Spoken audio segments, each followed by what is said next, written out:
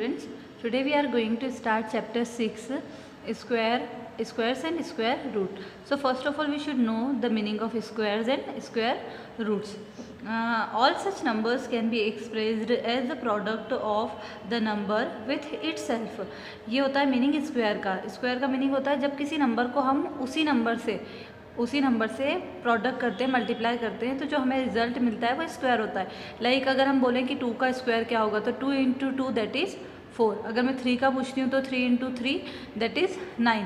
तो हमें जिस भी नंबर का स्क्वायर पूछा जाए तो हमें उसी नंबर का मल्टीप्लाई उसी नंबर से करना है, मतलब बाय इटसेल्फ हमें प्रोडक्ट करना है उसका, तो वो होता है स्क्वायर. तो ये हमें स्क्वायर का मीनिंग पहले पता चल गया. अब इसकी प्रॉपर्टी होती है तो हम एक प्रॉपर्टी देख लेते हैं. यहाँ पर प्रॉपर्टीज़ ऑफ स्क्वायर नंबर.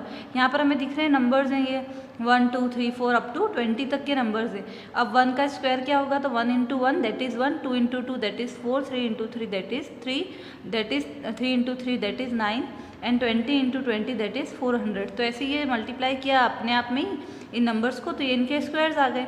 अब हम इसमें प्रॉपर्टी जो है वो क्या है कि study the square numbers in the above table, what are the ending digits. अगर हम गौर से देखें इस टेबल को तो हम देखेंगे कि यहाँ पर देखिए ये जो 1 का स्क्वायर है इसमें पीछे 1 आ रहा है, तो 9 के स्क्वायर में भी पीछे 1 आ रहा है एंडिंग डिजिट यानी यूनिट प्लेस पर.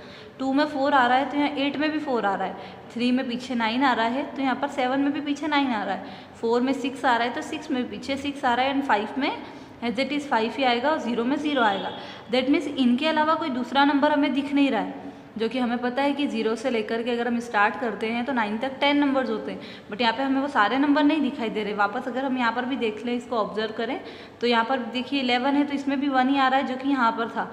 फिर यहाँ पे 12 में भी क्या आ रहा है, यहाँ पे जो 4 था वो 4 ही आ रहा है. इसका मतलब है कि स्क्वायर्स जो होते हैं नंबर, जैसे कि स्क्वायर नंबर जो होते हैं उनकी एंडिंग क्या होती है, वो एंड हमेशा 1 4 9 6 5 और 0 ये 6 नंबर से ही होते हैं. तो इसका मतलब है कि कभी भी स्क्वायर नंबर्स जो होंगे उनके पीछे 2 3 7 और 8 यूनिट प्लेस पर नहीं आ सकता. तो ये हमें याद रखना है कि अगर हमसे कोई पूछे कि 22 है सपोज लिख करके, और पूछा क्या ये किसी का स्क्वायर हो सकता है, तो हम बोलेंगे नहीं हो सकता, बिकॉज यूनिट डिजिट जो है वो क्या है 2 है, और 2 किसी की यूनिट डिजिट होती नहीं है स्क्वायर नंबर की. अगर किसी ने पूछ लिया कि 23 या 63 है, क्या हो सकता है क्या स्क्वायर, तो नहीं हो सकता क्योंकि यूनिट डिजिट पे 3 आ रहा है. तो ऐसे ही 7 और 8 भी यूनिट प्लेस पर अगर होता है तो वे स्क्वायर नंबर नहीं होते. Now we have to start exercise 6.1 and first question है हमारा, what will be the unit digit of the squares of the following number. कि ये जो नंबर्स आपको दिए हुए हैं इसमें इनकी यूनिट डिजिट स्क्वायर्स की क्या होगी. तो अभी हमें यहाँ पर ऐसे पूरा फाइंड नहीं करने बैठ जाएंगे कि हमने 81 लिखा, देन 81 का मल्टीप्लाई 81 से किया और फिर हम उसका यूनिट डिजिट बता रहे. नहीं, हमें पता है ना, अभी हम देख के आए टेबल में कि क्या होती है यूनिट डिजिट. यूनिट डिजिट जो होती है वो ऑलमोस्ट सेम ही होती है. जैसे कि अगर यहाँ पर अभी हम देख लें एक और बार कि यहाँ पर 1 है, पीछे लास्ट यहाँ पर 1 है, यहाँ 2 है, यहाँ 3 और यहाँ पे भी पीछे 1 2 3 4 ही है. तो इसका मतलब यहाँ पर 1 4 9 आ रहा है तो यहाँ पर भी 1 4 9 ही आएगा. तो इसीलिए हमें यहाँ पूरा मल्टीप्लाई नहीं करते हुए हम शॉर्ट में करेंगे, सिर्फ यूनिट डिजिट देख देख कर ही हमें करना है. तो यहाँ पर हमें दिख रहा है कि 81 है और 81 का हमें मल्टीप्लाई 81 में करना है, तो हम कुछ नहीं करेंगे, बस सिर्फ हम यूनिट प्लेस का करेंगे. 1 × 1 दैट इज़ 1. तो यहाँ हमारा आंसर हो जाएगा कि यहाँ पर यूनिट डिजिट 1 है. यहाँ पर 2 2 ज़ा 4, तो यहाँ पर हो जाएगी हमारी 2 और मल्टीप्लाई 2 करेंगे हम तो 4. यहाँ पर 9 है तो 9 9 ज़ा 81, तो 81 की यूनिट डिजिट हमें लेनी है 1 हो जाएगी.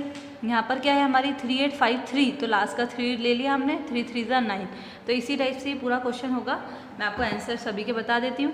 4 4 ज़ा 16, तो यहाँ पर 6 हो जाएगा. 7 7 ज़ा 49, तो यहाँ 9 हो जाएगा. 8 8 ज़ा 64, तो यहाँ 4 हो जाएगा. 0 है तो 0 ही आएगा. 6 है तो 6 6 ज़ा 36, तो वापस 6 ही आएगा. और 5 5 ज़ा 25 होता है तो 5 ही आएगा. तो इसका मतलब 5 6 और 0 में जो होता है यूनिट डिजिट वही की वही आएगी और बाकी की हमने देख ही लिए. Now second question, the following numbers are obviously not perfect square, give reason. ये जो नंबर्स है वो परफेक्ट स्क्वायर नहीं है. ये क्या है हमें पता है, बट आपसे पूछा है कि रीज़न दीजिए कि क्यों नहीं है. तो अभी हम जस्ट अभी थोड़ी देर पहले ही मैंने आपको बताया कि कभी भी यूनिट डिजिट में क्या नंबर नहीं हो सकते, 2 नहीं हो सकता, 3 नहीं हो सकता, 7 नहीं हो सकता और 8 नहीं हो सकता.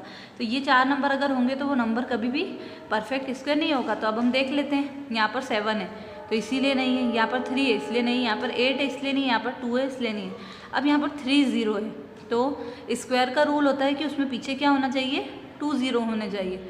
और अगर क्यूब होता है तो क्यूब में 3 0 का पेयर बनना चाहिए, क्योंकि स्क्वायर का मतलब क्या होता है, स्क्वायर का मतलब वो नंबर का मल्टीप्लाई उसी से होना है, मतलब कि एक नंबर था उसी का मल्टीप्लाई उसी नंबर से हो, मतलब 2 टाइम मल्टीप्लाई। तो इसीलिए 0 जो होते हैं वो इसमें 2 होने चाहिए। तो वो यहाँ पर 3 है इसलिए नहीं है, यहाँ पर अगेन 2 है, यहाँ पर 3 0 है इसलिए, और यहाँ पर 0 1 ही है। अगर 2 0 होते हैं यहाँ पर तो ये हो सकता था। तो इसीलिए ये आपका हमारा रीज़न यही है कि बिकॉज क्या है, यहाँ पर यूनिट प्लेस पर ये जो नंबर है 7 3 8 2 एंड 000, तो ये कभी भी परफेक्ट स्क्वायर नहीं हो सकते हैं। Now third question is the squares of which of the following would be odd numbers. इनमें से किसके स्क्वायर जो हैं वो क्या होंगे, ऑड नंबर होंगे। तो फर्स्ट ऑफ ऑल हमें ये पता होना चाहिए कि इवन नंबर क्या होते हैं और ऑड नंबर क्या होते हैं। हमें ऑड पता होगा तभी तो हम आंसर करेंगे उसका। तो हमें पता है इवन नंबर कौन से होते हैं, इवन नंबर होते हैं जो 2 से डिवाइड होते हैं, लाइक 2 4 6 8, और 10 भी होता है तो इसीलिए हम उसके लिए 0 लेते हैं। तो ये नंबर जो होते हैं वो इवन होते हैं। तो हमें पता चल जाएगा कि ऑड नंबर कौन से होते हैं, 1 3 5 7 और 9। 0 से लेकर के 9 तक 10 नंबर होते हैं जिसमें कि 5 ऑड होते हैं और 5 हमारे इवन होते हैं, इवन ऑड। अब हमसे पूछा है कि the square of which of the following would be odd number, इनमें से किसके स्क्वायर ऑड नंबर होंगे।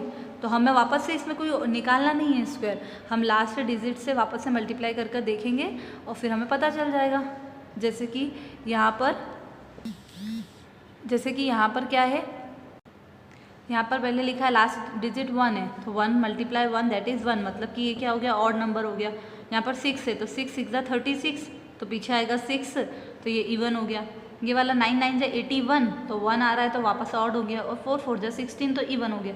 इसका मतलब फर्स्ट और जो थर्ड वाला ये दोनों के स्क्वायर जो होंगे वो ऑड होंगे। नाउ नेक्स्ट क्वेश्चन इज, ये हमें दिया है observe the following pattern and find the missing digit. आपको ये पैटर्न जो भी दिया हुआ है इसको पहले ऑब्जर्व करना है, देखना है कि क्या है पैटर्न, एंड उसके बाद में आपको यहाँ पर ये जो फिलअप्स दिए हैं उसे फिल करना है। तो हम देखें कि 11 का स्क्वायर 121 होता है, हमें पता है। अब इन दोनों के बीच में अगर यहाँ एक 0 पुट किया तो इन्होंने क्या किया कि यहाँ पर भी एक 0 पुट कर दिया। यहाँ पर अगर 1 दोनों हैं उनके बीच में 2 0 किए पुट, तो यहाँ पर 2 2 हो गए। इसका मतलब कि यहाँ पर 1 2 3 4 है, तो हमें यहाँ पर 4 0 और यहाँ पर भी 4 0 पुट करने हैं। यहाँ पर कितने हैं, 1 2 3 4 5 6 हैं, तो यहाँ पर हमें क्या करना पड़ेगा, पहले 1 लिखना पड़ेगा, यहाँ 2 लिखना पड़ेगा, यहाँ पे 1, और यहाँ पर भी 6 से 0 पुट कर देंगे और यहाँ पर हम 4 0 पुट करेंगे। मतलब यहाँ पर जितने 0 हम इंक्रीज़ करते जाएंगे हमें उतने ही यहाँ पर भी इंक्रीज़ करने। तो ये हमें पैटर्न को देख करके उसके बाद में हम इसको सॉल्व कर सकते हैं। Now next question, question number 5, observe the following pattern and supply the missing number. आपको पहले ऑब्जर्व करना है अगेन वापस से, और फिर यहाँ पर फिल करना है। तो यहाँ हम देख रहे हैं अगेन 11 का स्क्वायर 121 है, यहाँ पर हमें दिख रहा है कि 1 0 पुट किया, तो यहाँ पर हमने 1 1 0 पुट कर दिया एज इट इज़ पहले वाले जैसे। बट अब यहाँ पर क्या है, यहाँ पर 101 था, तो यहाँ 101 तो है, इसके बाद में 01 वापस से हो गया। मतलब आपको क्या देखना है, आपको देखना है कि यहाँ पर 1 2 3, 1 कितने टाइम है, 3 टाइम है। तो इसका मतलब ये जो इंक्रीजिंग और डिक्रीजिंग ऑर्डर में चलेगा तो उसमें भी हमें 3 तक तो जाना है, क्योंकि यहाँ पर 3 बार है।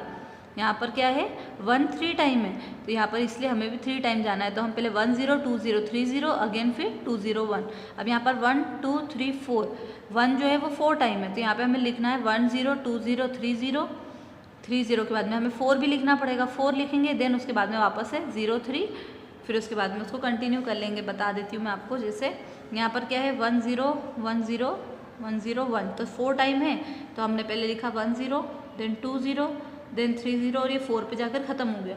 अब वापस से अपोजिट वे में जाना है हमें, तो हम क्या करेंगे, यहाँ पे हम करेंगे 4 0 देन 3 0 देन 2 0 और देन 1। तो ये जो है ये सब ऐसे करके पूरे सेम होते जाएंगे।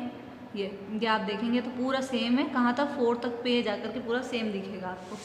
ना यहाँ पर क्या है, यहाँ पर आपको दिख रहा है कि 5 तक जा रही है, ये इंक्रीजिंग ऑर्डर में 5 तक जा रहा है, तो आपको यहाँ पर 1 0 जो है 1 1 1 1 वो 5 टाइम यहाँ पर आपको लिखना है।